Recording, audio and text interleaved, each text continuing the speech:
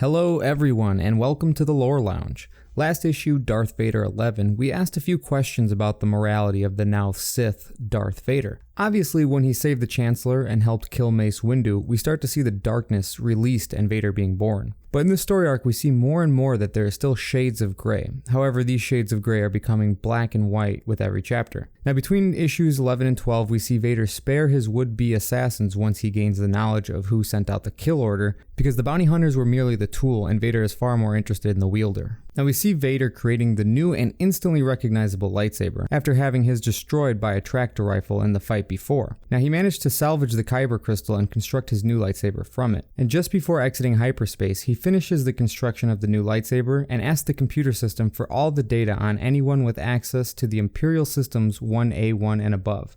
The information is relayed to his suit as he and the Ninth Sister exit hyperspace. Their ship, however, is immediately under attack as something is jamming their comms and they are unable to transmit their access codes. It seems as though there's a second attempt on Vader's life. And this is where we see Vader start piloting the ship, and the Ninth Sister asks if he has some sort of dark side trick he can pull off to save them. He tells her that there is no tricks, only skill. The two narrowly escape and crash land the ship. We see Vader confront Palpatine in the Jedi Temple, as Vader does not wish to talk about the Jedi archives, but rather the attempts on his life. He asks Palpatine if he is the one who sent out the kill order, since it came from the highest levels of the Imperial government. Sidious asks to see Vader's newly constructed lightsaber. He takes the lightsaber and holds it to Vader's throat, telling him if he wanted to kill him, he wouldn't need such indirect methods, and that this was no test of his because he does not test, he only teaches. If Vader wishes to find out who his attackers are, then that is his problem and he must seek them out alone. We see Vader meditating in his quarters. Now he reaches out with the Force and finds two people discussing the kill order that was put out on him. They are secretly meeting in the Room of Masks and their identities remain hidden from Vader.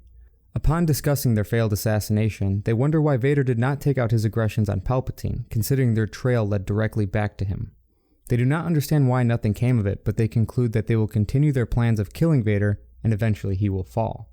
Now Vader goes to Palpatine again with this new information. He tells Sidious that there must be consequences, and the admirals do not yet know his role in the Empire, nor do they know and fear his power. Sidious agrees, but with one exclusion: Vader must not harm Tarkin, for Sidious has great plans for him in the future. So Emperor Palpatine rallies all the elite officers in the Imperial military. He informs them that although their plans are new and uncertain, that he must eliminate the confusion on certain matters, introducing Vader to the Imperial Army for the first time, informing them that Vader commands with the Emperor's voice and that everyone needs to inform their men so that everyone certainly understands Vader's role. Vader then calls forth 5 officers at random: Pharaoh, Bingen, Streffy, Azoras, and lastly, Baroki. In his meditation, he came to the conclusion that one of the men must have been Baroki due to his past experience with Vader. So while the previous 4 were randomly chosen, he certainly was not. Vader informs them that no matter how many attempts on his life there are, he will survive every single time. But for these unlucky 5, it's simply not the case. In one of the best panels of this series so far, we see Vader's power demonstrated before us, as he force chokes all 5 of the officers to death. And it isn't just the power to kill 5 officers using the Force. The real power is in the fear that he commands into the people. Vader brings fear wherever he goes, and now every single person in that room now knows that fear, and they will surely never wish to go against Lord Vader ever again.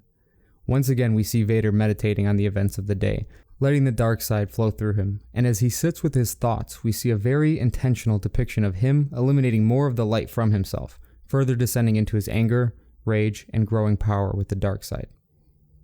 That's all, guys. Like this video and join the discussion below. Let me know what your thoughts on the Darth Vader series are so far. Also, please subscribe and let us know what other stuff you guys want to see on the channel in the future. And as always, thanks for joining us in the Lore Lounge.